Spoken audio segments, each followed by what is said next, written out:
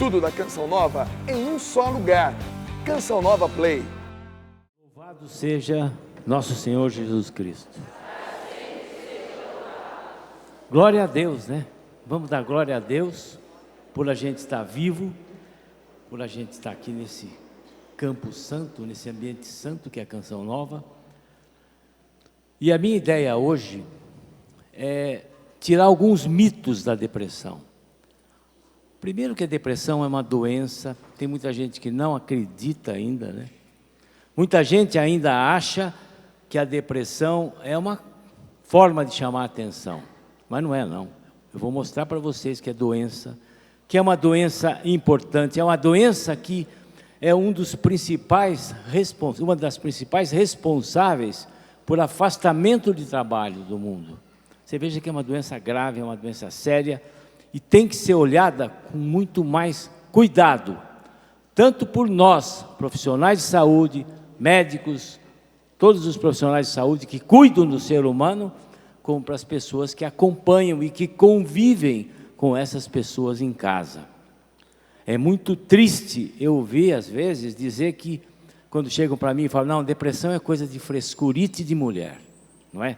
Falam de mulher porque a mulher é a que mais tem depressão. A incidência de depressão é maior em mulheres por conta dos problemas hormonais todos que acontecem com as mulheres. Mas a depressão tem causa. Ela pode começar no corpo, pode começar no psiquismo e pode começar também no espírito. Então a gente tem que olhar de uma forma global, uma forma total. O corpo, a depressão tem causa.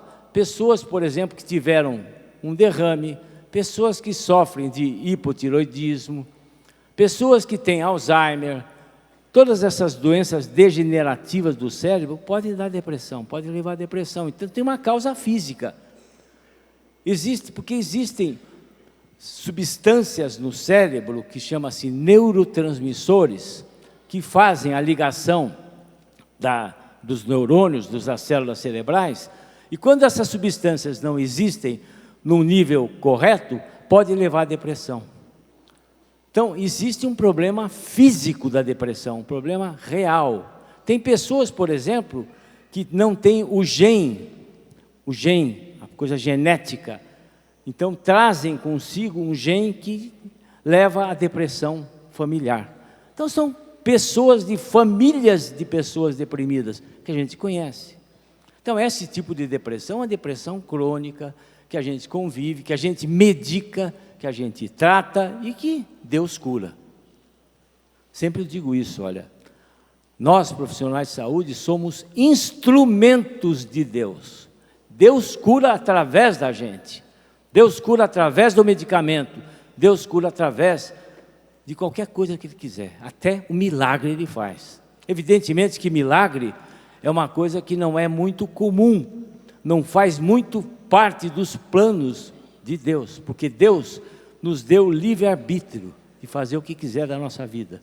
E não tem sentido você imaginar um Deus que nos olhe como bonecos aqui, que Ele faça de nós o que Ele quiser. Não é assim. Ele nos deu decisão, poder de decisão, inclusive o poder de decisão de não acreditar nele. Então nós temos esse livre-arbítrio, nós temos esse poder de decidir da nossa vida. A depressão é uma doença de origem, como eu disse, física, uma origem psíquica e uma origem espiritual. Veja só, por que eu tenho depressão? Primeira pergunta que vem na gente, né? Porque eu falei, primeiro que você pode ter uma doença física, você tem um hipotiroidismo, você pode ter um problema psicológico. Uma das principais causas de depressão hoje é o vazio existencial que a vida nos leva. Essa vida de valores, essa vida de materiais, essa vida onde o que interessa é ter e não ser, leva à depressão. Que às vezes as pessoas fazem metas na sua vida exageradas. Coisas simples, por exemplo, coisas comuns. Às vezes as pessoas querem que o outro seja aquilo que eles querem. Então, às vezes é comum a mulher querer que o marido seja aquilo que ela quer. E o marido não é, o marido é o que ele é. E esse aspecto, às vezes, leva a pessoa à depressão. Essa cobrança, essa exigência, meu filho tem que ser médico, tem que ser advogado, tem que ser não sei o que lá. E o cara não quer, ele quer ser músico, ele quer ser outra coisa. Então, de repente, isso, sabe, a pessoa não, leva à depressão porque a pessoa não atinge aquela meta, aquilo que ela queria. Então, isso é uma das causas que hoje leva à depressão, esse vazio existencial. Essa coisa que é tudo muito rápido hoje, sabe? Muito rápido, muda muito rápido, às vezes a pessoa nem sente. Então é por isso que os jovens hoje, que não preenchem o seu vazio existencial com Deus, é por isso que os jovens caem na droga, sabe? Depois vem suicídio, vem um monte de coisa que acontece junto com a depressão. Agora, existe um tipo de depressão que é pontual. Uma perda afetiva, uma perda emocional, sabe? A pessoa que perdeu o marido, perdeu o namorado, uma perda econômica, que hoje em dia está muito comum, né? Pela crise econômica que nós vivemos. Então, isso pode levar à depressão. É uma depressão pontual, ocasional. Então, passou esse problema, você cura, você fica livre disso. Mas tem aquela depressão, como eu disse, crônica, que a pessoa já nasce com esse problema. Então, são pessoas que a vida inteira têm essa depressão. Então, essa depressão crônica, a gente tem que lidar de uma forma diferente. Eu gosto muito de lembrar uma passagem do Evangelho para lembrar essa depressão crônica. Sabe, aquela passagem do paralítico, que está no Evangelho de São Marcos. Mateus 9. Eis que lhe apresentaram um paralítico estendido numa padiola. Jesus, vendo a fé daquela gente, disse ao paralítico: meu filho, coragem, teus pecados te são perdoados. Ouvindo isto, alguns escribas murmuravam: este homem blasfema. Jesus, penetrando-lhes os pensamentos, perguntou-lhes: por que pensais mal em vossos corações? Que é mais fácil dizer: teus pecados te são perdoados, ou levanta-te e anda? E ele disse assim para o paralítico: levanta, toma a tua maca e volta para casa. O paralítico levantou, pegou a maca e foi para casa. Levanta, pega a tua maca e vai para casa. Eu nunca entendi bem essa palavra, porque achei muito estranha e muito paradoxal. Imagina você sentado numa cadeira de rodas, chega Jesus para você e fala: olha, levanta, anda. Você sai da cadeira correndo, anda. Você vai pegar a cadeira de roda e levar na sua casa com você? Mas nunca, né? A última coisa do mundo que você imaginaria, queria ver na sua frente, é a cadeira de roda, não é verdade? Mas Jesus fala: olha, pega a tua maca e leva para casa. E Jesus não era paradoxal, né? Jesus é um filho de Deus. Mas o tempo foi passando, aos poucos eu fui entendendo que, na verdade, é como a depressão. A depressão é crônica. Jesus fala: olha, levanta, você está curado, pega a sua depressão e leva com você. Quer dizer, você sempre vai ter esse gene da depressão com você. Sempre você vai ter a depressão do seu lado, mas você nunca vai poder deixar a depressão tomar conta de você. Entendeu? Então, muita gente que tem depressão há muito tempo, que toma remédio há muito tempo, tem que entender que isso ele traz consigo. E que a única forma de combater é como Jesus falou: levanta, pega a sua depressão e leva para casa. Mas fica livre dela, não deixa ela tomar conta de você. Entendeu? Isso que é o mais importante. Mas como é que eu reconheço a depressão? Como é que eu sei se eu estou deprimido? Em primeiro lugar, olha, fala: bom, você é médico, cardiologista, o que você está fazendo aí falando de depressão? Não é? Te respondo na primeira: eu sou clínico, eu sou médico, eu trato do ser humano de uma forma global, eu não trato de uma doença. Nós, médicos, devemos tratar do ser humano que tem uma doença, não da doença. Lamentavelmente, hoje, a medicina passa por uma fragmentação enorme. É o médico que trata do coração, só. É o médico que trata do ouvido direito. Daqui a pouco vai ter o cara que trata do ouvido esquerdo. É um absurdo isso. É uma fragmentação enorme, por isso que fica todo mundo reclamando.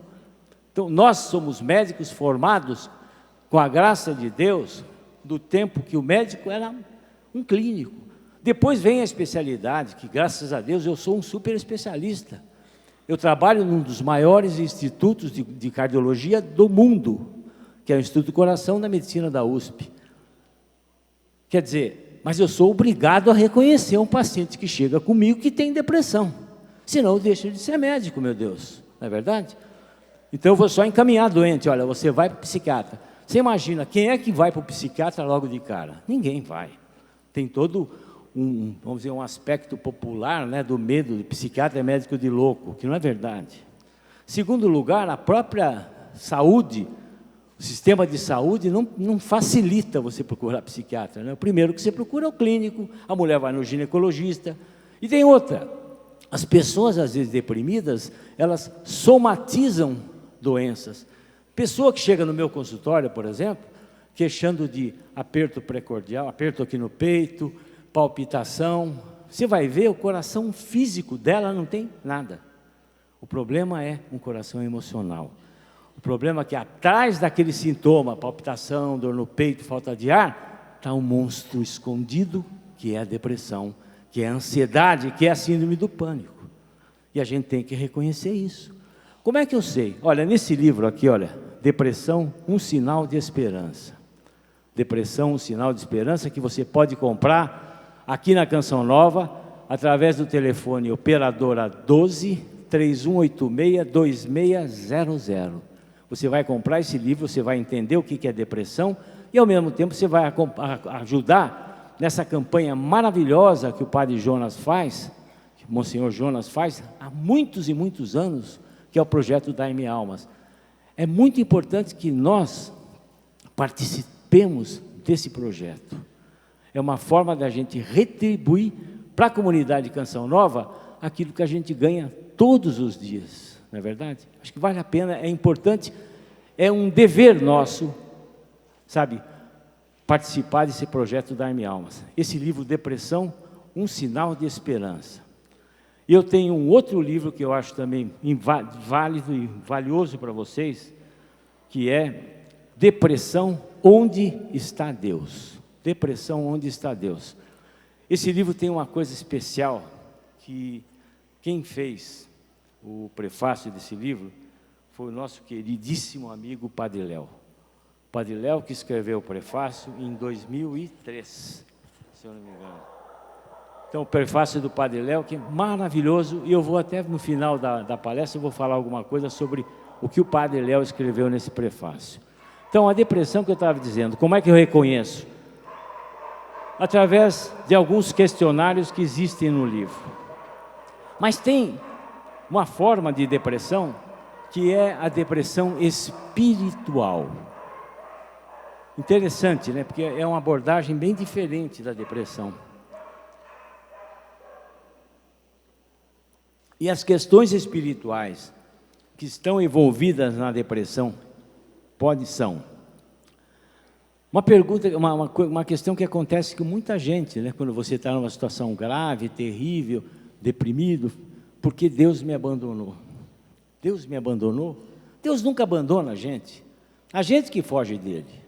Nunca Deus nos abandona. Outra coisa que a pessoa também se deprime é punição por conta de pecado. Na verdade, o pecado humilha a gente, né? É humilhante quando você erra, você percebe que você errou, a gente se humilha, né? É uma coisa terrível. Realmente, eu não tenho dúvida que é coisa do encardido mesmo, né?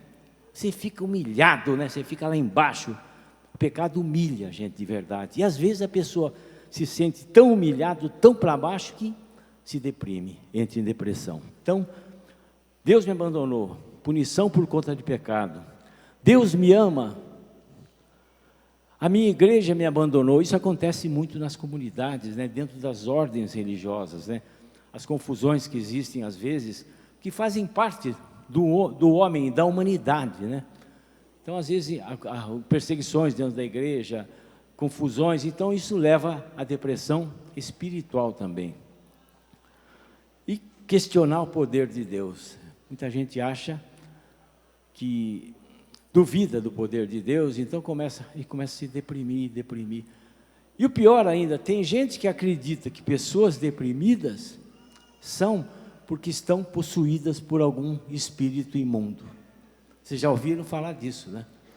Porque é tão diferente, a pessoa muda tão rapidamente a sua personalidade. Uma pessoa viva, de repente alegre, tudo, de repente começa a ficar em casa, presa, não quer sair, não quer comer, não quer tomar banho, então começa a dizer, bom, é o demônio que está aí nessa pessoa, não é? Aí o que acontece com a coitada da moça? Nelsinho, pega a coitada da moça que está deprimida, que não quer sair de casa, vai levar no centro espírita. Chega no centro espírita, imagina, a pessoa já se sente a pior do mundo, porque ela está deprimida, ela se acha culpada de tudo, né? Porque o deprimido se acha culpado de tudo, sabe? Porque ela está triste, não quer sair de casa, está mais para baixo do que impossível. Vai no centro espírita, aí o cara vai dizer que dentro daquela pessoa tem um espírito ruim lá, e que ela piora mais ainda. Então isso é uma coisa maléfica que acontece, que o encardido até ajuda, né? Porque o centro espírita não é coisa de Deus, né? Não é coisa nossa, não é verdade? Deus abomina as pessoas que procuram o espiritismo. Não falo por mim, estou repetindo as palavras que estão no Deuteronômio. Deus abomina as pessoas que procuram astrologia, procuram centro espírita, procuram qualquer tipo de religião que não seja religião divina, uma religião de Deus. Então pensa bem, mas doutor, eu vou no centro espírita, lá tem a imagem de Jesus, pode ter a imagem de quem quiser, pode ter o que for, esse sincretismo não existe.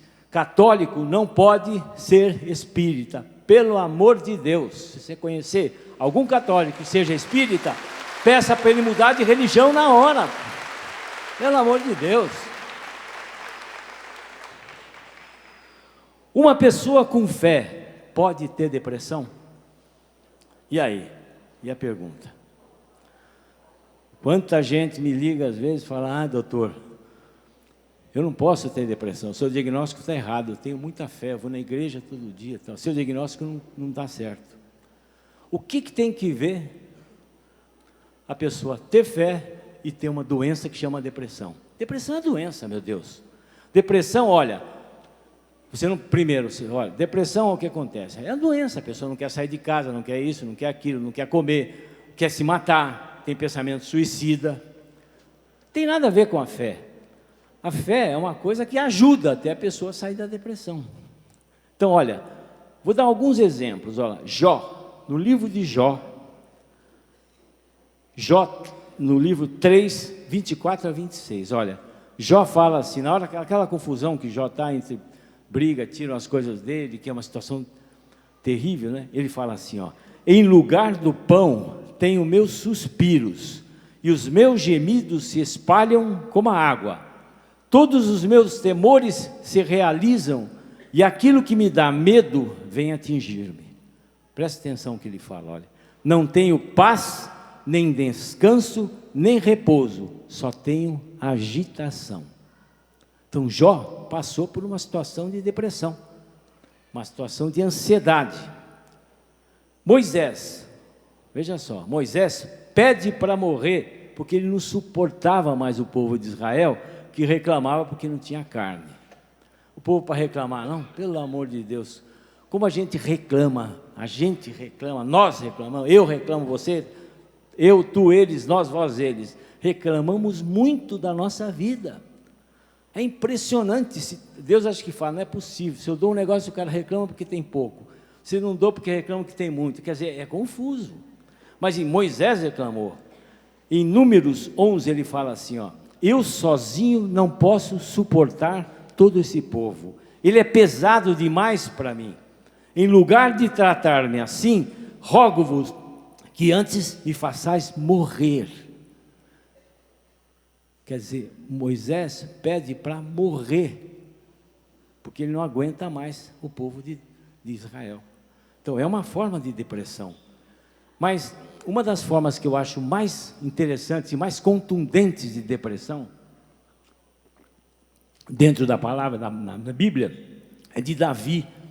Vocês lembram, né, aquela passagem que Davi fez aquela besteira toda com Betsabé, né, e depois ele faz com que Urias seja morto até, né, para ele poder ficar com a Betsabé. E de repente, olha, Elias, o profeta, né, Natã, sabendo de tudo e depois conta, né, para ele que ele todo Deus está sabendo daquilo, e aí se arrepende demais Davi. E no Salmo 54 ele fala assim: palpita-me no peito o coração, invade-me um pavor da morte, apoderaram-se de mim o terror e o medo, e o pavor me assalta. Davi entrou numa crise depressiva. Davi ficou, como eu disse para vocês agora, né? O pecado humilha, o pecado arrasa a pessoa. O pecado, é claro, quando a gente fica humilhado, o encardido fica feliz. O que o encardido quer? Que o projeto maior da criação de Deus, que é o ser humano, nós somos o projeto máximo da criação, seja humilhado, seja acabado. É isso que o encardido quer que faça. Isso que a gente às vezes tem que entender para a gente não cair na conversa do encardido. Um outro exemplo de depressão, Elias. Ele ficou abatido depois que ele ganhou uma luta enorme com profetas de Baal. Isso acontece às vezes conosco, né? Quando a gente consegue atingir um objetivo na vida, você consegue aquilo, depois você fica abatido, fica deprimido. E em vez de Elias ficar contente, ele fica abatido e com medo, porque a rainha Jezebel estava perseguindo. Ele tinha enfrentado uma batalha contra a Bahia e não tinha mais força nenhuma para isso. E ficou na melancolia, na tristeza. É aquela melancolia da conquista, que quando passa o louro da vitória, vem aquele vazio grande que pode ser preenchido para a depressão. Elias teve medo e partiu para salvar a sua vida. Chegando a Bersabeia, em Judá, deixou ali o seu servo e andou pelo deserto um dia de caminho. Sentou-se debaixo de um junípero e desejou a morte. Basta, Senhor, disse ele, tirai-me a vida, pois não sou melhor do que meus pais. Então, entrou, olha aí, Elias, um profeta de Deus, meu Deus. Será que ele não tinha fé? Não é possível, não é? Olha aí, tinha depressão. E olha, eu acho que aqui ficou um ensinamento para nós. Eu tiro essa passagem de Elias como ensinamento, porque acontece muito, eu vejo muito isso no meu dia a dia de médico. Muitas pessoas que atingem a sua meta de vida, então o cara, vamos dizer, aos 40 anos de idade, ele já conseguiu, formou, fez isso, fez aquilo, já chegou num nível que ele queria, ele começa a cair em depressão, porque os valores dele são valores materiais, valores humanos. Ele não tem um valor, uma meta maior que uma meta espiritual. Então o que acontece nessa hora? Cria um vazio existencial, um vazio interior, depressão. Aconteceu isso com o profeta Elias, né? E ele deu um exemplo. O que aconteceu com Elias? Aconteceu o seguinte, olha, chegou um anjo, não foi? Apareceu um anjo e falou assim para ele, ó, levanta e come. Ele estava deitado, né? Porque tens um longo caminho a cumprir. Elias levantou-se, comeu e bebeu, com o vigor daquela comida andou 40 dias e 40 noites, até Horebe, a montanha de Deus. Então é isso. Eu acho que o ensinamento maior está aqui, quando exatamente o que Nossa Senhora nos ensina, e nos ensina em Medjugorje, quando ela diz que a melhor coisa que você faz para combater os Golias da nossa vida, né? O depressão, que é um Golias, é você fazer as 5 pedrinhas que ela pede. Coisa simples de Nossa Senhora, né? Nossa Senhora é tão simples, né? Mas tão profunda, né? A simplicidade dela, uma profundidade espetacular, não é? Então, terço diário, comunhão diária, confissão mensal, leitura da palavra de Deus e jejum semanal. 5 pedrinhas, 5 coisinhas simples que a gente pode fazer. Isso a gente vai vencer qualquer tipo de Golias, qualquer tipo de depressão. Isso não tenha dúvida. Olha, Elias, aconteceu com o profeta Elias, e Nossa Senhora fala isso. Agora, eu vejo que tem muita gente ainda que acha que tomar remédio para depressão é bobagem, não é? Não é verdade? Quanta gente aqui que ainda tem essa ideia, né? Ah, não vou tomar remédio, doutor, que eu vou ficar dependente do remédio. Não é isso que pensa? Ah, faixa preta, pelo amor de Deus, não vou tomar nunca, vai ficar dependente. A minha resposta é a seguinte, olha, você quer ficar dependente do remédio ou quer ficar dependente da sua doença? Escolhe. Medicamentos são importantes, e quando o médico conscientemente te dá o remédio, você tem que tomar. Acontece que o medicamento de depressão é difícil, às vezes, a gente acertar na primeira vez, sabe? Porque depende muito da pessoa. Tem gente, por exemplo, que toma uma pílulazinha, a primeira pílula já dá efeito colateral, já dá mal-estar de estômago, fica fora do ar, dançando, voando. Tem gente que toma 2, 3, 4 dias, não acontece nada, nem melhora a depressão, não acontece nada.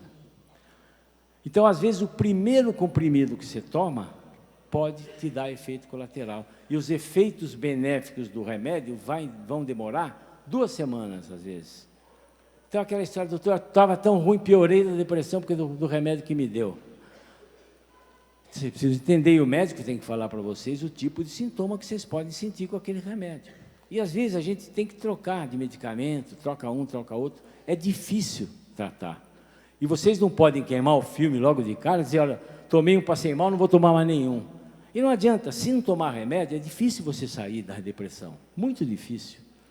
Olha, hoje em dia até existem testes genéticos para a gente saber se a pessoa, o tipo de remédio que a pessoa pode tomar ou não. Sabe, tem gente, como eu disse, tem gente que toma um medicamento, o fígado destrói esse medicamento rapidamente. E tem gente que toma o remédio e demora mais tempo, com isso o efeito colateral deles é maior. Então a gente tem até esse teste genético, mas isso existe. Mas medicamento é uma coisa de Deus. Olha, todas as vezes eu faço absolutamente questão de pegar o livro do Eclesiástico 38, vocês podem até, você aí em casa, vocês aqui, você pela internet, vocês pela rádio, vocês podem pegar, abrir a Bíblia de vocês e verem que eu não estou falando por mim. Honra o médico por causa da necessidade, pois foi o Altíssimo que o criou. Toda a medicina provém de Deus. A ciência do médico o eleva em honra, ele é admirado na presença dos grandes. Olha como Deus gosta e ama a gente, profissionais de saúde. Olha que maravilhoso. O Eclesiástico 38 é a coisa mais gostosa que tem de saber que Deus ama a gente, que cuida do corpo humano, que é a obra-prima de Deus, a obra-prima do Senhor. A última coisa que Deus fez foi o corpo humano. E Deus ama a gente, médico, qualquer profissional de saúde que cuida da obra-prima de Deus. E olha a responsabilidade nossa. Você, profissional de saúde, que me vê agora, que me ouve agora, olha a responsabilidade nossa em cuidar da obra-prima de Deus. Olha a responsabilidade que Deus está nos dando. Isso pode ser cobrado se a gente não fizer direitinho, não é? Tem que pensar muito bem isso. Mas olha, honra o médico por causa da necessidade. E aí, vai embora, chega no capítulo, no versículo 11.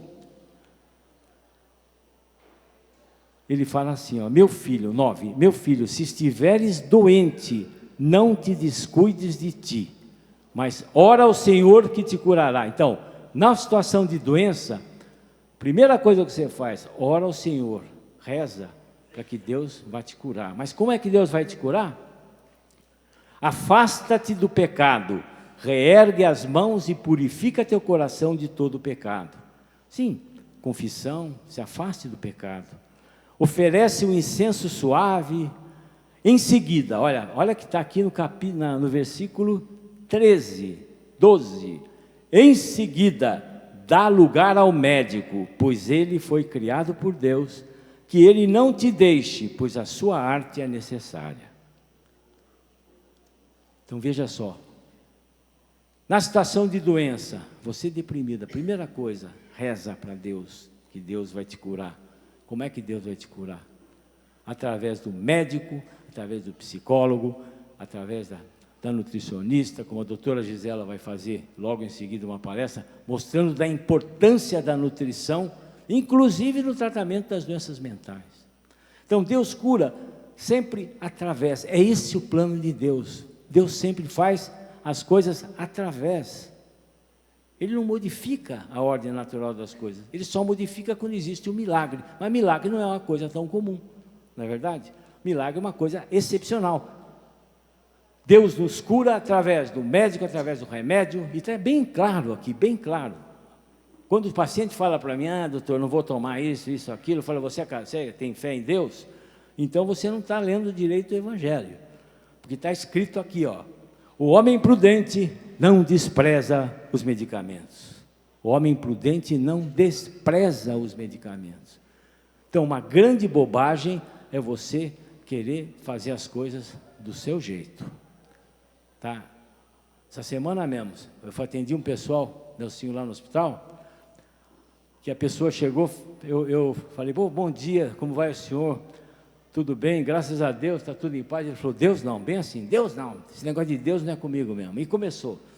Aí, vamos dar um remédio, não quero tomar nada, eu não quero porque remédio é isso, porque tem a indústria farmacêutica que faz aquela teoria da conspiração que vocês estão cansados de ouvir a respeito da história do colesterol, né? Não, porque o colesterol não acontece nada, que é tudo conspiração. Eu falei, faz o seguinte, por que o senhor veio aqui então? O senhor está tomando o lugar de uma pessoa que precisa, né? Então é uma pessoa que não acredita em nada, pessoa que não acredita em Deus, não acredita na vida, não acredita nela, duvida de tudo. Como é triste uma pessoa assim, não? Como é triste, como é vazia, né? Então, olha, o homem prudente não despreza os medicamentos. Uma das coisas que a gente sabe que o aumento do número de pessoas deprimidas está relacionado hoje, a gente sabe, ao abandono da fé, ao aniquilamento das relações familiares, ao fim das verdadeiras amizades. A depressão está por isso, né? Não tem mais ambiente familiar, não tem mais. Então não tem com quem você compartilhar os seus problemas. A pessoa fica no Facebook, no celular o dia inteiro. Quer dizer, como é que pode reagir? Como é que pode falar com Deus, né, se o cara está o dia inteiro naquela porcaria? O homem moderno vive uma vida absolutamente light, onde tudo que ele busca pode ser resumido no prazer, a todo e qualquer custo, no consumismo, na permissividade que não respeita limites, e num relativismo onde tudo é subjetivo, tudo é subjetivo. Olha, hoje a gente vive aquilo que eu chamo de, eu botei esse nome, é uma dissociação cognitiva. Olha, um tema bonito, é diferente. Mas é isso que acontecia, por exemplo, que acontece na teoria dos marxistas, dos comunistas. Que o comunista, o que ele faz? Ele muda tanto, ele fala tanto que ele muda, sabe, a verdade. Aquela história de chegar e falar, esta parede é preta. Essa parede é preta, Nelson, essa parede é preta, ela é preta. Uma hora você vai olhar, é preta mesmo. É isso que é a dissociação cognitiva, sabe, a mudança, a transformação da verdade. Isso é a teoria marxista do Marx, Karl Marx que faz. É isso que os comunistas fazem, mudam a realidade de acordo com o interesse deles. E o coitado do povo, às vezes, vai na conversa desses caras, né? É o que aconteceu no comunismo da Rússia, acontece em Cuba, em todas as regiões, os países comunistas, que lamentavelmente tem esse conceito que Deus não existe para eles, né? Nesse mundo light, vive um ser humano alienado, vazio, sem valores e sem reflexões. Isto gera um vazio existencial, espiritual e moral. Embora esse ser humano tenha muita coisa, bastante casa, dinheiro, esse ser humano é infeliz, porque tudo que tem é passageiro, descartável, temporário e não gera compromisso. Então veja só, é aquilo que você tem, na sua meta de vida você construiu somente alcances materiais. Claro, a gente tem que ter objetivos materiais na vida, claro. Você tem que ter meta, eu quero ser isso, quero ser aquilo, mas você tem que ter espiritual também.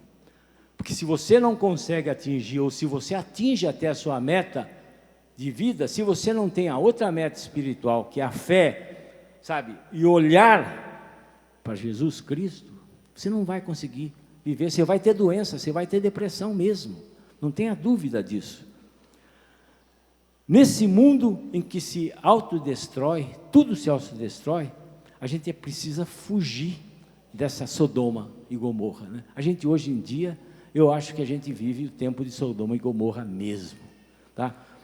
E lembrando em Sodoma e Gomorra, a gente tem que ouvir o que Deus falou para Lote, em Gênesis 19, olha, salva-te se quiseres conservar a tua vida, não olhes para trás, não te detenhas em parte alguma da planície, mas foge para a montanha, senão perecerás.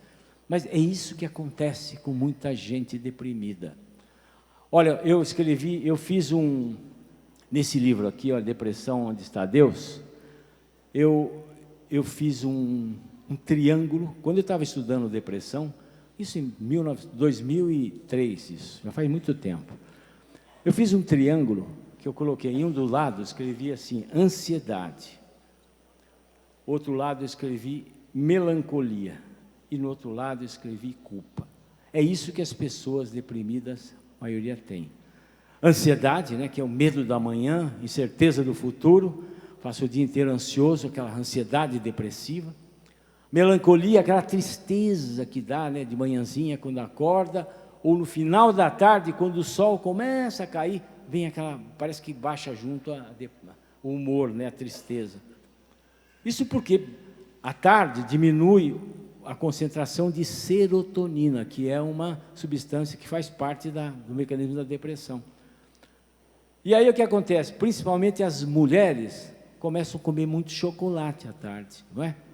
Está triste, barra de chocolate. Não é assim que acontece? Por que será? Lógico, a natureza é sábia, maravilhosa, porque no chocolate tem uma substância que é precursora da serotonina. Então a pessoa come aquilo, que é o triptofano, que vai aumentar o nível de serotonina, e geralmente é no final da tarde. Então a melancolia, e do outro lado a culpa, sentimentos de culpa. A pessoa com depressão tem muito sentimento de culpa. A culpa é de tudo, culpa disso, daquilo. Morre um chinês na China, ela se sente culpada. Lamentavelmente é verdade. E a gente eu posso tratar isso aqui, eu te dou um remedinho para ansiedade, eu te dou um remedinho para melancolia, mas a culpa não tem remédio, né? Para a culpa não tem. Você pode fazer terapia, demora. A única coisa que cura e que acaba com o sentimento de culpa chama-se a graça de Deus. A única forma de você conseguir acabar com esse sentimento de culpa que você carrega é só a graça de Deus que vai conseguir fazer isso. Não tenha dúvida. Então, esse triângulo da depressão, eu estava lendo, inclusive, nessa época, a carta de São Paulo aos Filipenses. E Paulo estava preso numa masmorra, né? Que é uma depressão. A depressão é uma masmorra, né? E Paulo estava preso numa masmorra. E lá ele escreveu essa carta aos Filipenses. E tem um momento que ele fala assim: não vos inquieteis, entregai ao Senhor as vossas preocupações. Não vos inquieteis, você que está preso na masmorra agora, entregai ao Senhor as vossas preocupações. Como é que pode um cara preso numa masmorra, certo? Amarrado, sabendo que ia morrer logo em seguida, escrever uma coisa dessa? É só a graça de Deus, né? Se Paulo podia falar e podia fazer, por que eu não posso fazer igual? Eu sou homem igual a Paulo, pecador tanto quanto a Paulo, ou mais que Paulo, não sei. Mas nós somos pecadores iguais, por que não posso fazer igual? Não vos inquieteis, entregai ao Senhor as vossas preocupações. Eu tenho que entregar os meus problemas a Deus, eu tenho que deixar Deus tomar conta.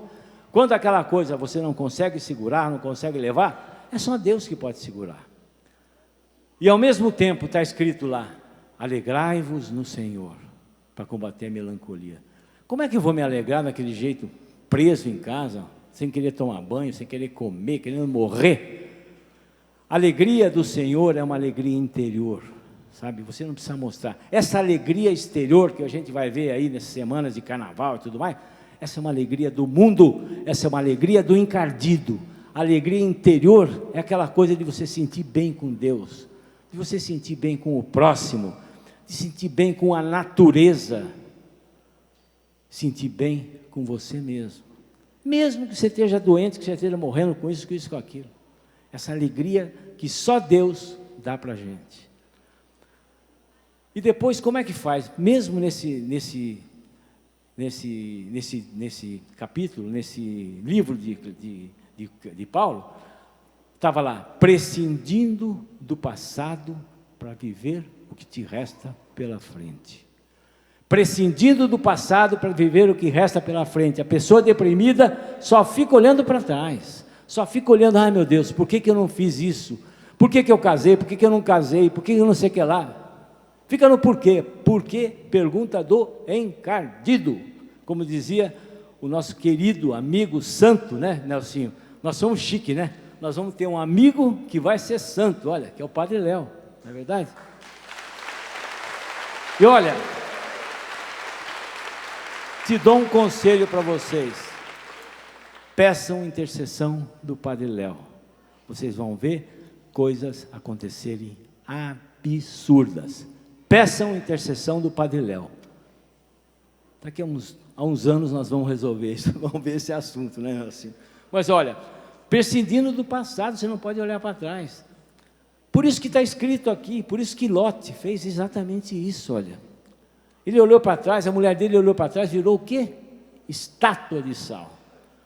Muita gente reclama na sua vida que não vai para frente, que não consegue nada, que não vai, nada dá certo, não é isso? Porque fica olhando para trás, meu Deus. Se fica olhando para trás, você vira estátua, a estátua não sai do lugar mesmo, pô. Então não pode, a gente tem que, como diz a palavra, olhar para cima, procurar a montanha. A montanha, olhar as coisas do alto, lá para cima. Não te detenhas na planície, ele fala. Não te detenhas na planície, está aqui na palavra. A gente não pode se perder dos problemas do dia a dia. O que é planície? A planície é o nosso dia a dia, o nosso cotidiano. A gente não pode se deter nos nossos problemas diários. Acontecem problemas, a gente tem que saber, primeiro, não se deter por coisa pequena. Olha, o padre Léo, o padre sempre falava, olha, a lente do encardido é uma desse tamanho, ele bota uma lente na sua frente, uma coisinha que é uma porcaria, parece enorme. E é isso mesmo, muitas vezes a gente fica brigando por tanta porcaria no dia a dia que não vale nada. Então, não se detenha no dia a dia, deixa as coisas, relega as coisas. Tanta bobagem, brigar por bobagem, não vale a pena nada.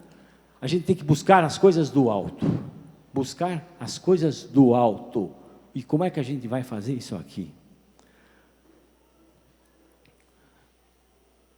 Eu sempre falo, olha, a gente tem que ter objetivo na vida, a gente tem que procurar a nossa montanha para ficar em cima, no alto. Claro que você precisa saber planejar a sua montanha, não pode também querer esperar uma montanha muito grande, que você não vai conseguir chegar lá em cima. Tá? Então o que eu digo, meta a gente tem que ter na vida, mas precisa saber dosar a meta, precisa cuidado com esse negócio de querer fazer metas muito exageradas, que aí você não consegue. Ah, porque eu quero ser santo. Eu não vou fazer nunca pecado. De repente, se o encardido pega você, você faz uma bobagem, pronto, cai. Ah, porque eu quero ganhar o prêmio Nobel de Medicina. Mas como? Nunca vou ganhar isso aí na minha vida, e nem quero. Mas tem cara que quer. Não consegue? Depressão. Então, buscar as coisas do alto é buscar as coisas de Deus. É olhar que a gente tem um Deus que cuida da gente, que sabe que sempre está cuidando da gente, E Ele nunca vai abandonar a gente, nunca, nunca abandona. Eu sempre falo de uma coisa extremamente importante durante minhas consultas, e eu tenho até paciente meu aqui hoje, que pode até confirmar o que eu falo.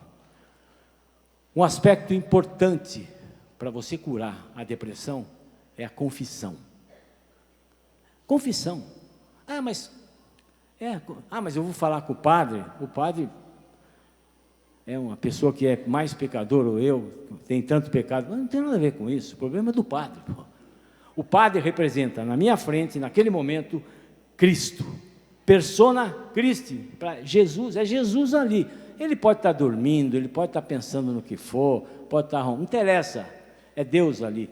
E veja só, do ponto de vista científico até, tem um pesquisador, chama-se Carl Jung, que é um dos maiores psicólogos e psiquiatras da antiguidade, que eu conheço, e hoje até ainda. Jung falava isso, Jung era protestante, e ele fala, uma das coisas que eles protestantes perderam, foi todo esse simbolismo católico, e entre eles ele falava da confissão, porque quando você está confessando, não é para aquele cara que está na sua frente, é o seu inconsciente que está falando lá em cima com Deus. Quantas e quantas pessoas se curam no confessionário? Quantas e quantas? Tenho relato de muitos padres me dizerem, de alguns padres me dizerem, que pessoas saem curadas. E eu tenho uma experiência pessoal com isso. Eu atendi uma mocinha uma vez, que ela veio com, sempre assim, queixas, dor no peito, falta de ar. Claro, moça jovem, não ia ter nada no coração, mas achava que tinha.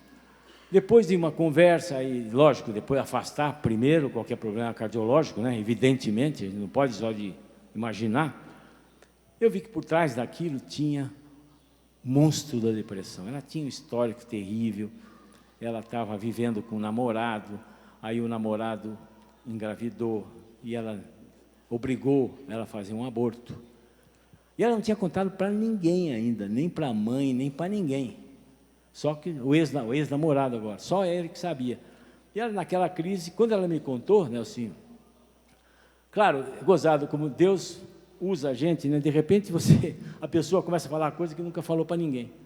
Então é Deus que faz isso, né? Que pega a gente. E naquele momento eu falei para ela, olha filha, você vai fazer o seguinte, você vai tomar esses remédios aqui, tem lá toda uma fórmula que eu dou de vitamina para melhorar isso, aquilo, vai tomar remédio de farmácia, mas antes de começar a tomar remédio, você vai sair daqui, a primeira igreja que se encontrar aberta, se tiver um padre, você vai parar e vai confessar. Por isso que eu falei para ela. E ela, foi embora, tranquilamente, voltou ela era do interior de São Paulo, depois de um tempo ela voltou, absolutamente normal, absolutamente normal. Eu até tirei medicamento dela, para vocês terem ideia. Falou, doutor, eu confessei, parece que eu deixei tudo lá, naquele momento. Então, olha, não é só teoria essa história de confissão, é real, acontece. Você joga, sabe, tudo aquilo que está guardado, tudo, e Deus te absolve, você se cura. Então não pode deixar de confessar, não pode. É uma grande bobagem você deixar isso. Olha, tantas coisas acontecem, né, no nosso dia a dia de médico, que a gente passaria aqui o dia inteiro contando para vocês as histórias. Mas uma das coisas interessantes que aconteceu, e eu quero dizer que graças a um Kairos como esse, né, diácono? Graças a um Kairos como esse, graças a uma televisão como esta, que chega aos confins do mundo, sem ter um patrocínio comercial. Nada. Quem patrocina somos nós. Você, Nelsinho, todos nós que patrocinamos. E graças a um Kairos como esse, há uns 3, 4 anos atrás, que eu não me engano, que foi muito gozado, que chegou, logo depois do Kairos, chegou uma pessoa no consultório, falando comigo, olha, doutor, eu vim aqui porque eu resolvi viver. Falei, como? Olha, eu estava assistindo a pregação do senhor, aliás, minha mãe estava assistindo a pregação do senhor, e ela me chamou para ver. Eu sentei e falei, mãe, tá bom, vou ver mais um cara, mais um padre falar bobagem. Quando chegou, eu vi um médico falando. É por isso que eu venho de branco, para mostrar que eu sou médico, eu não tenho vergonha de ser médico. Então, quando me viram, ele me viu, ele falou assim, você sabe que eu prestei atenção tudo, e eu tinha comprado um revólver para me matar naquele dia. E resolvi hoje vir dar mais uma chance para mim, porque eu acho que ainda tenho chance, porque Deus vai me salvar. Foi isso que ele falou. Então, são coisas espetaculares. Só com isso que aconteceu, vale qualquer tipo de kairós. Olha, vocês ajudaram também a salvar esse cara, não fui só eu. Todas as pessoas que contribuem para o projeto Dai-me Almas estão ajudando, participaram na salvação dessa pessoa. Então, olha que bacana, como é bom a gente poder fazer isso e dar graças a Deus de existir uma TV, um sistema de comunicação, uma comunidade como é a Canção Nova. Muito bom, nós temos aí 5 minutos ainda, né? 10 minutos. Porque eu queria chamar o Nelsinho aqui, para a gente fazer uma oração, para o Nelsinho fazer uma oração, né? Para as pessoas que realmente precisam da cura da depressão, né? Eu acho que, claro, Nelsinho, a gente sabe da importância de Deus na vida das pessoas, né? Mas a depressão é uma coisa muito triste, muito triste. Você tem experiência pessoal, que eu sei, a gente vê no dia a dia, sabe, um monte de gente deprimida, um monte de igreja, gente da igreja. Ué, quantos e quantos místicos e santos tiveram depressão, né? Santa Teresinha, São João da Cruz, ai, quantos e quantos, né? Normal isso. Mas eu acho que você pode chamar o povo aqui que tenha os sintomas depressivos, né? Que fiquem aqui perto, que venham aqui para frente, pode ficar aqui, olha. E o Nelsinho vai... E a gente podia cantar uma... Essa vamos... Com a creta aqui, E nesse momento de oração, eu queria, antes de rezar, dar um presente para esse meu irmão aqui. Nossa amizade começou com o Padre Léo. O Padre Léo falou assim, tem um amigo meu lá, que leva sua mãe dele lá, um amigo meu. Ele é amigo seu também. Ele é amigo meu, eu não conheço. Mas ele é seu amigo. Eu falei, Padre Léo, ele é meu amigo, eu nunca vi ele, mas ele é seu amigo. Vai nele. Foi assim que começou a nossa amizade. Você lembra, Nelsinho, um dia no hospital, que o padre estava muito ruim, que eu estava desesperado, estava achando que ele fosse morrer? Aí eu vejo você entrando, com violão, né? Isso. Falei, Nelsinho, o padre está muito ruim. Você falou, vamos lá. O que aconteceu? Você ficou a tarde inteira com ele, cantando, depois eu passei lá, era outra pessoa, né? É isso. Então eu queria passar nas suas mãos esse presente aqui. Opa, obrigado. Opa. É a Bíblia... Letra grande. Letra grande que eu estou usando, muito boa, gente. Depois que passou dos 30. Então essa que você vai amar. Eu escrevi aqui, meu irmão Roque Correia, que você possa sempre ver melhor a palavra de Deus. Que Padre Léo interceda por nós. Seu irmão, desde aquele dia do Padre Léo. Amém. Amém. Agora vai melhorar a leitura. Não tenha dúvida. E o Dr. Roque Saviola faz uma coisa maravilhosa, quando ele fala da Canção Nova, quando ele fala como ele divulga para ajudar a Canção Nova. Nós já rezamos no começo, vamos rezar um pouco mais agora com você que está aqui. Você que tem essa doença, que eu tenho essa doença. Você que tem angústia, você que tem a síndrome do pânico, você que está... E que bom que ele fala, não como uma coisa mágica, ele fala com os pés bem no chão, a importância do remédio, a importância do tratamento, mas a importância da fé. Vamos, Jesus, passear na minha vida. Quero voltar aos lugares em que fiquei só. Quero voltar lá contigo, vendo que estavas comigo. Quero sentir teu amor a me embalar. Todo mundo agora. Pega o seu braço, pede, cura, Senhor. Cura, Senhor, onde dói. Cura, Senhor, bem aqui. Cura, Senhor, onde eu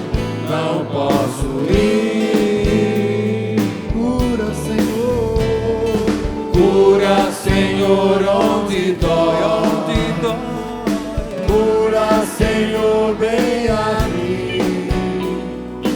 Cura, Senhor, onde eu não posso ir. E nós pedimos, Senhor, que venha curar agora onde nós não podemos ir, Senhor.